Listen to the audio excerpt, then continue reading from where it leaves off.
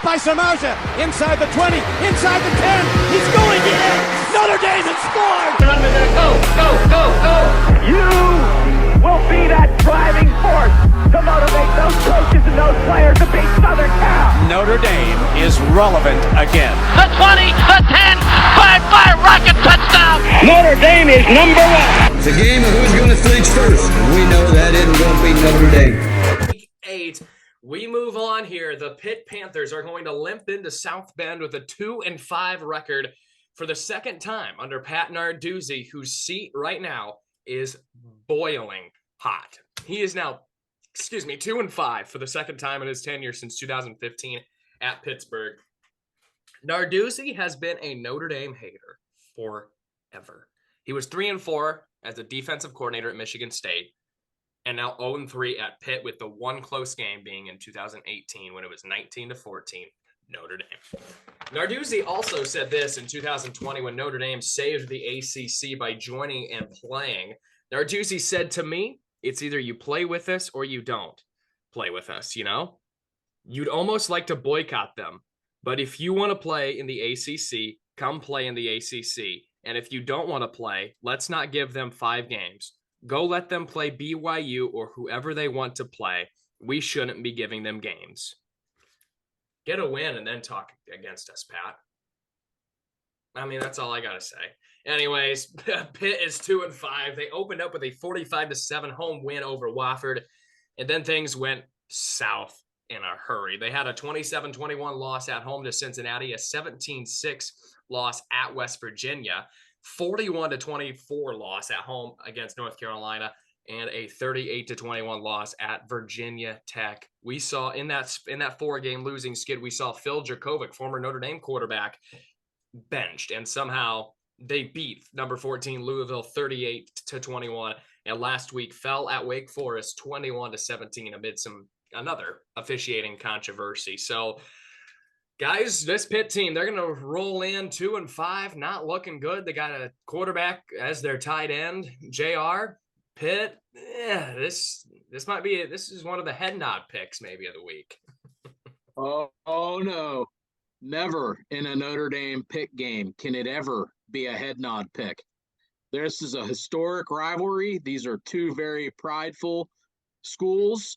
There have been plenty times where an underdog Notre Dame team and an underdog Pitt team has gone into the other team's house and has come away with a victory as a big underdog. So I'm not head nodding nothing here. You never know. You never know what could take place in this game. So I'm not going to assume that this is going to be a win. I don't think we can assume that for any Notre Dame team, especially this Notre Dame team led by Marcus Freeman. We're going to have to show up. We're going to have to play. And we got things we got to accomplish here. Let's not just take this team for granted here. This is an automatic W. No. Yeah, but this doesn't matter who we're playing. This is a very, very bad Pitt team. They average 24 points per game, 209 pass yards per game, 111 rush yards per game, and 24 points allowed per game. Now, Logan, Pittsburgh, you look at the games. At Notre Dame 2008, Pitt wins in 4 overtimes, 36-33.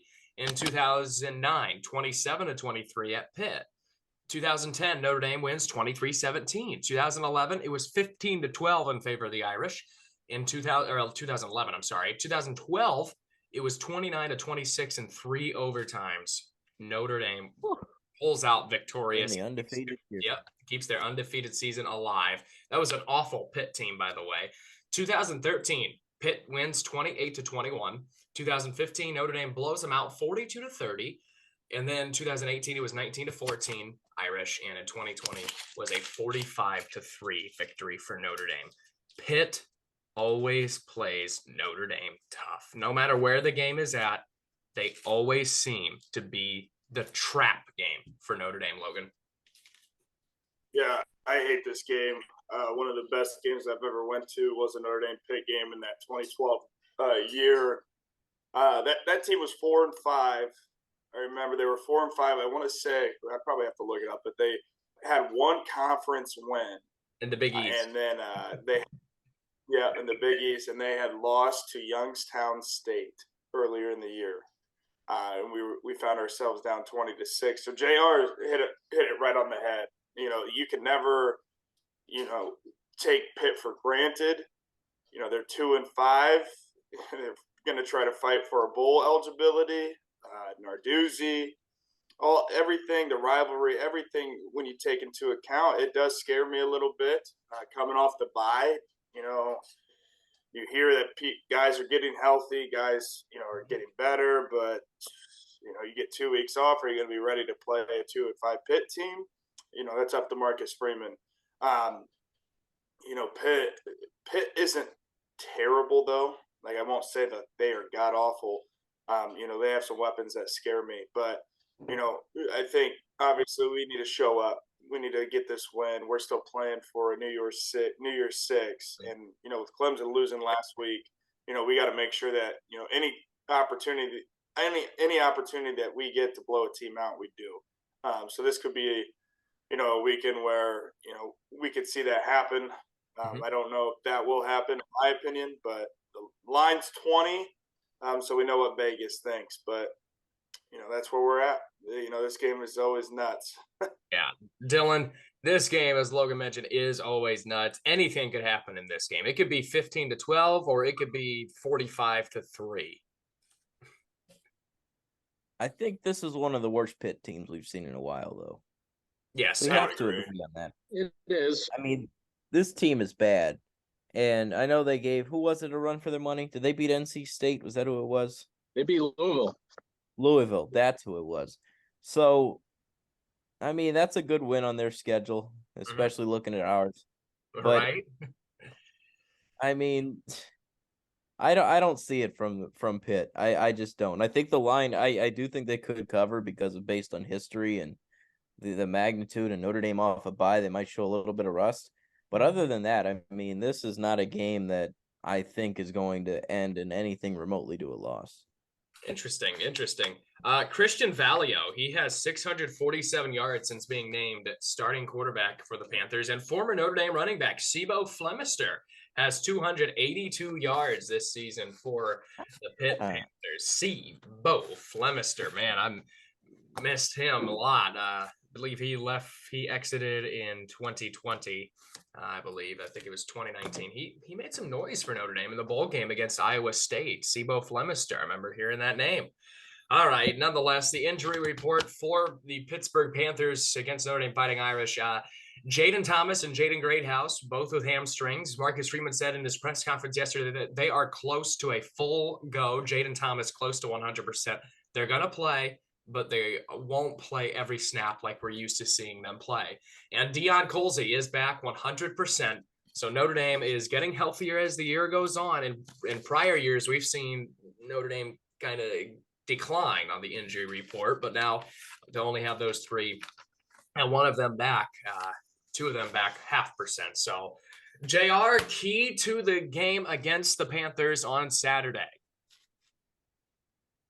Physicality.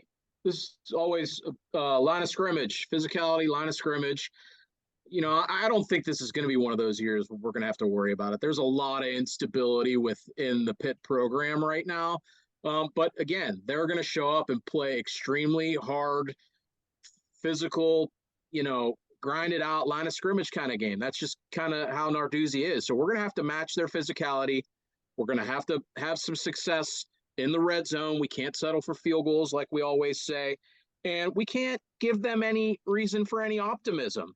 This is kind of like Navy. If you let them hang around, they start feeling good about themselves. Now all of a sudden you're in a dogfight with as much as you don't like the guy, I think he's been a fairly successful coach all the way dating back to his days at Michigan State. So they're going to be well prepared. They're not going to really do anything that's dumb.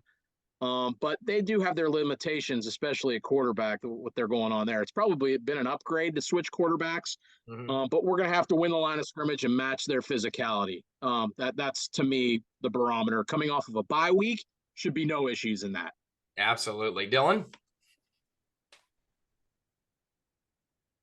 I think it's going to You mentioned the wide receivers, and I still just get sick just thinking about them. But This is what this I mean, feels like. I don't want to come out rusty. I don't want to have 2 quarters, 1 quarter where you look like crap, because then it could keep them in the game. And if you get outplayed in the first quarter, I know it didn't matter against who was that random school we played week 2. Tennessee State. I forget. Tennessee State. See, fill in the blank. It don't matter who. But I mean, you had a bad first quarter, and I mean, against a team like Pitt, if that happens, they could stick around based on what they do. So I mean, to me, it comes down to coming out strong. Don't be stupid, and move the chains. Logan? Yeah, I think the key is offensively, being able to do what Notre Dame does, which is run the ball. But it's, I'm interested to see, what Jared Parker has, up his sleeve. Getting a whole week, being able to fix the offense. Mm-hmm. I'm hoping to see a more simplified offense. But to Dylan's point, we got to get the wide receivers going at some point. We got to see improvement there. We have to see success in some areas regarding the wide receivers. Another thing that I would like to see, especially through this stretch, obviously probably not through Clemson, but to see some of these young guys that we have on both sides of the ball be able to get some meaningful reps. I think that's important too.